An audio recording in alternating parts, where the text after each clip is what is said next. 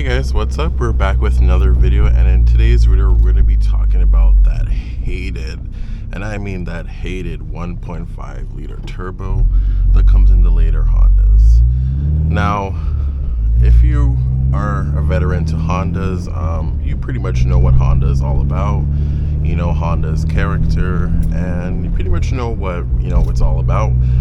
If you go back into the 90s, it was all about the B series, the B16, the B18, and the B20 in some modified examples.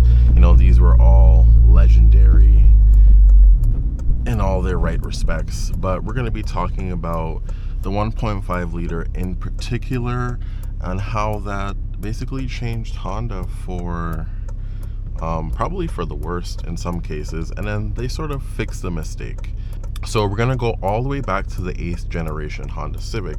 Now, I'm not going to be talking about the North American cars because I don't think they influenced it really much compared to the European cars. They actually had the first turbocharged Civic compared to us North Americans. We never got the 9th generation hatchback. So in Europe, this was dubbed as the FK2 Civic. Now, this was only available in a hatchback, and it was to be made more competitive with other hot hatches, especially Renault.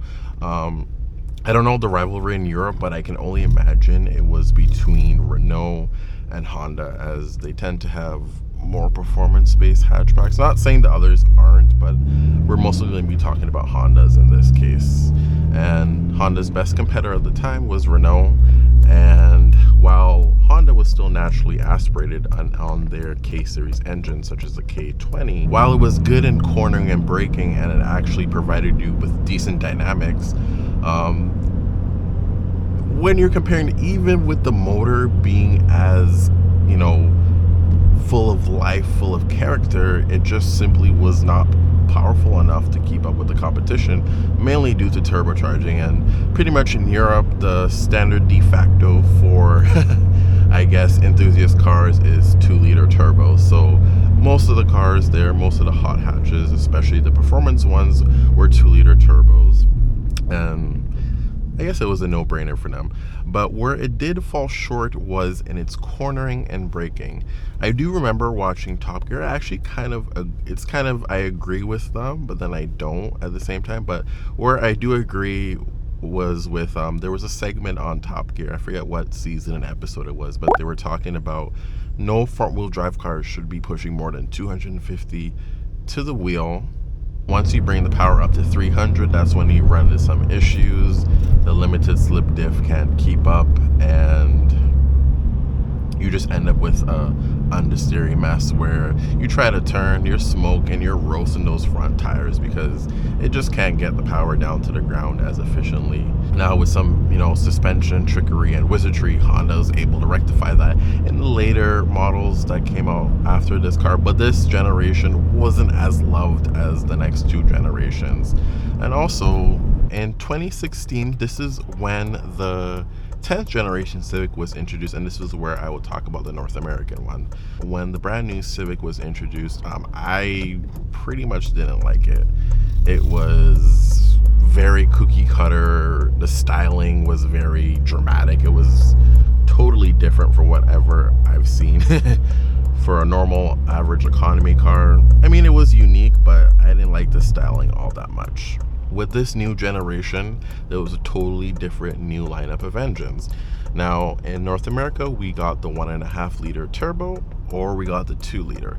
Now, the 2-liter, there were two versions of it. There was one for the one you kind of guys know and love, the one that came in the FK8, which was dubbed as the K20C, which was, again, it was sort of a revolution of the, an evolution of the FK2's K20.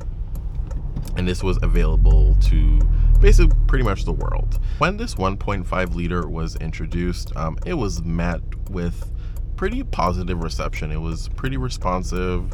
It was really nice to actually have a turbo, and it was a nice welcome change. If you pretty much know Hondas are all top-end power. That's what it is.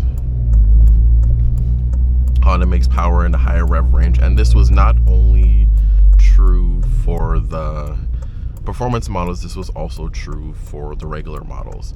That's how the power band was. And if you even wanted to make any kind of power, you had to rev the engine up more than you would in a turbocharged car. Now, this engine, there was nothing particularly wrong with it at first. It was received positively, but where things started going wrong, they did run into some issues with oil dilution issues. They had some head gasket issues, and then some people complained that, it wasn't really built all that well to the engines that came before it. And while that may be true, that has been rectified with the newer generation, which I will talk about later. I think this pretty much left a sour taste in a lot of Honda enthusiasts' mouth. And these issues plagued the regular Civic and also the Civic Si as well. And there was also another controversy, or I shouldn't say controversy, there was another theory that sort of came about, and that theory was this engine was put in place in the Civic Si because they didn't want, the Civic Si to be even remotely close to the Type R, because, the ranking, a Type R is ranked way above a Civic Si, and I guess they didn't want that to interfere with the Type R sales, which I don't think it would.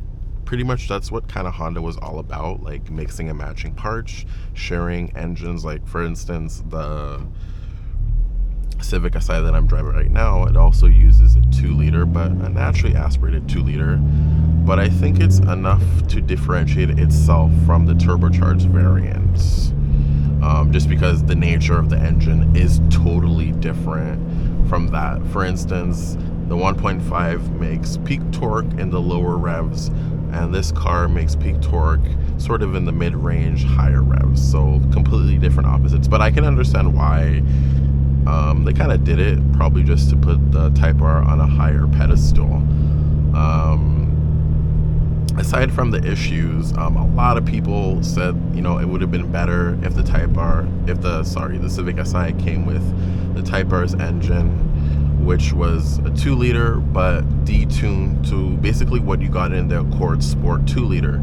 And this is why I think that car is very underrated for what it is, because it is a K20. There's a lot of stuff you can do, and trust me, there's a lot of stuff on YouTube of those Accords, being super sleepers and, beating cars that it has no business beating. It is insane.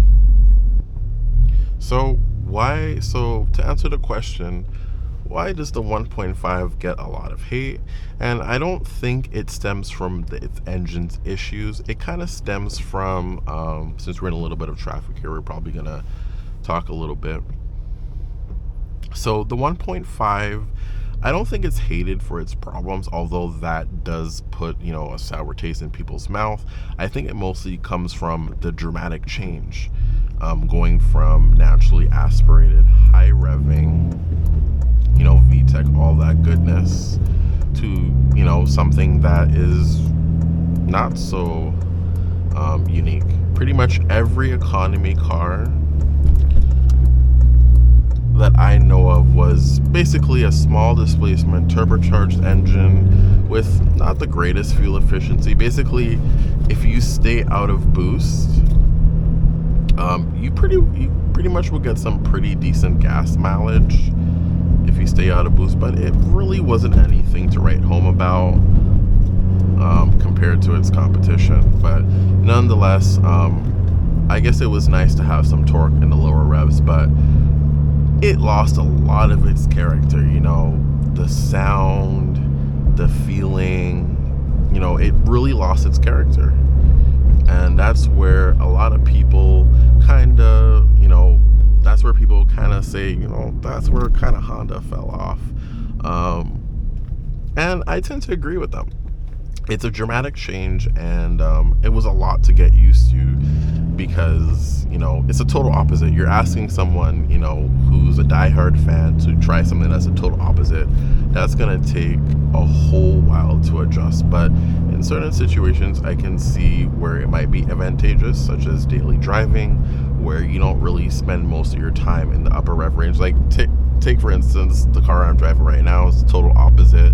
I really wish I had more torque even though this car is tuned, and it does actually produce probably, I would say, double the torque that it did stock, just because of the nature of the engine. That's just how it is. And you can see the example right there. That 1.5 just takes off, while my K20 at 3,000 RPM can't even reach that. So that's probably the biggest difference. But again, the lack of character. Now the 2-liter kind of also simmered the same fate.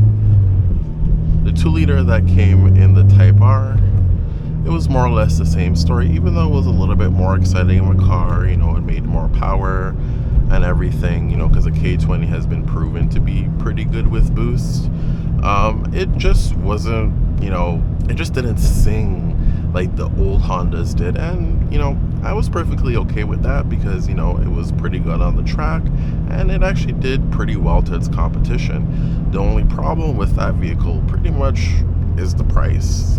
It costs way too much for what it is, and it kind of sucks that, you know, a lot of people know, you know, what it's about, further inflating the price. Now for the 11th generation, things didn't really improve all that much. There was a pre-facelift, and then now there was a refresh. And Honda, I think I've stated this in a previous video, Honda had released a press statement saying that they would no longer be producing the 1.5, which kind of leaves, you know, me a little bit uneasy as a Honda fan. It's kind of just like, are they really gonna kill off the SI? Because why didn't they just give it the 2-liter? The same 2-liter that was from the Accord. They can probably lower the power, make it 230, probably make it closer in power to the Golf GTI, and it would have been a pretty competitive vehicle. But unfortunately, that wasn't the case. So we don't know what the future will be for the Civic Si, because I think currently that is the only one that still has the 1.5 turbo. Now, this 1.5 turbo is an improvement over the old one. You do have a little bit more power in the upper range. It still has a similar characteristic to the previous, even though there's not many changes included. The most notable change would be the power band. So they just moved it up a little bit in the mid-range and the upper end, and it actually does improve acceleration. There are videos proving that. So it is a nice welcome change. And also Honda reworked the suspension, and pretty much that Honda handling that everyone knows and loves, it actually came back in the 11th generation. And I've driven one of the, literally, I kind of spoiled myself in this regard. I had previously driven, I don't want to say I drove a Type R, but I basically drove the Integra Type S. I'll put a little video clip of it here.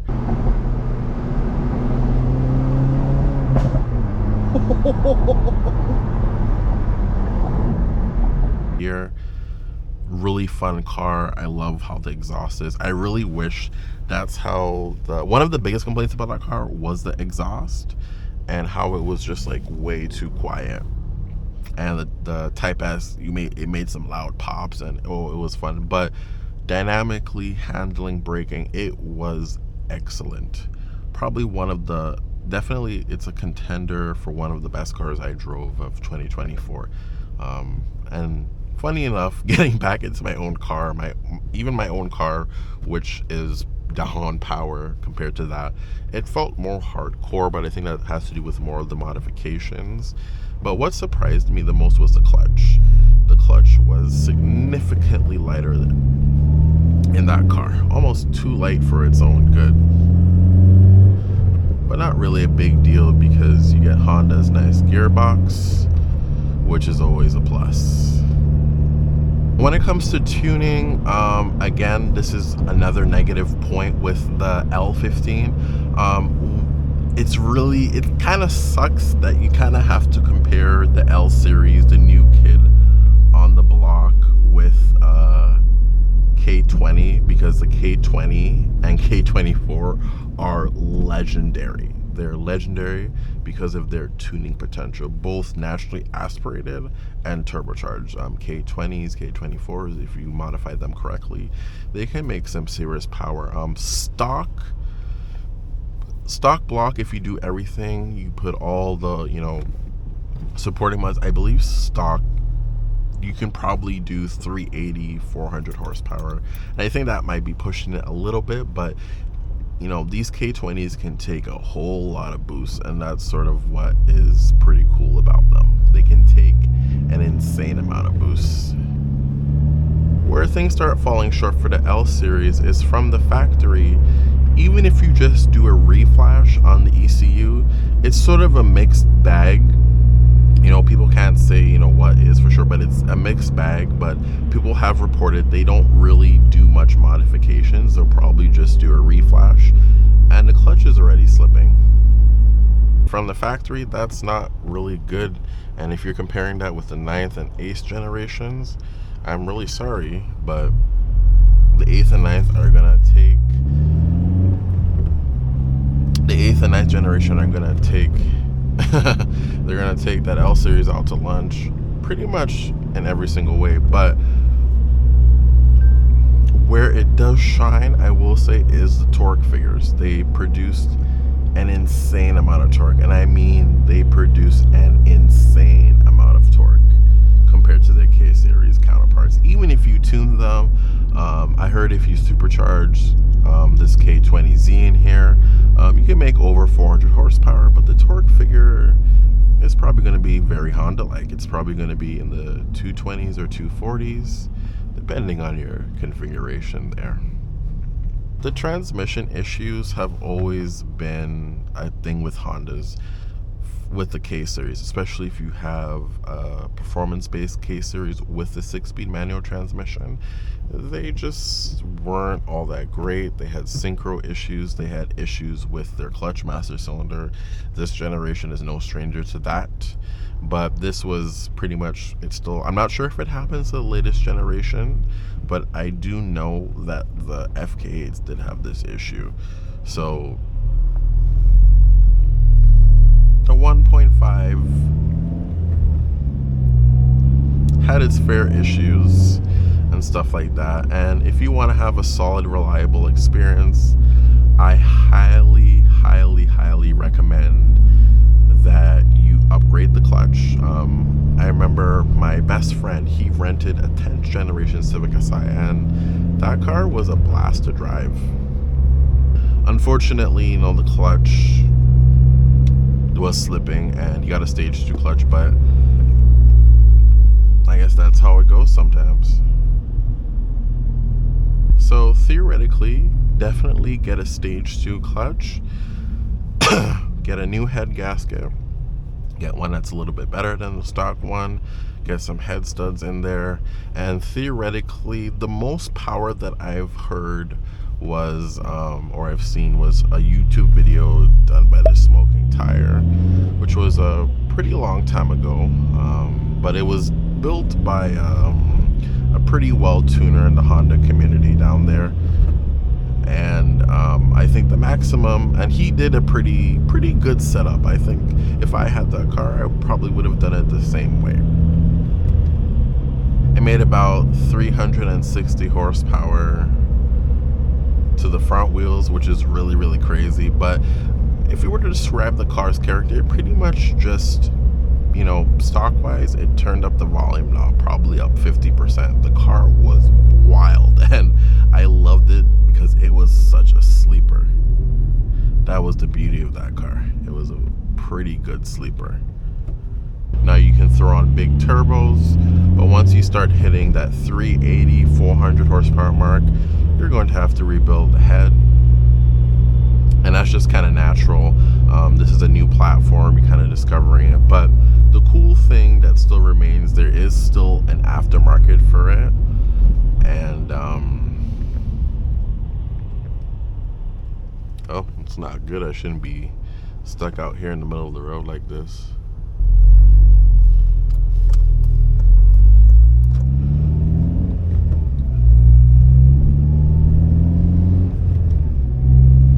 I just liked everything about it. I liked the stance. I'll probably post a picture of it up here.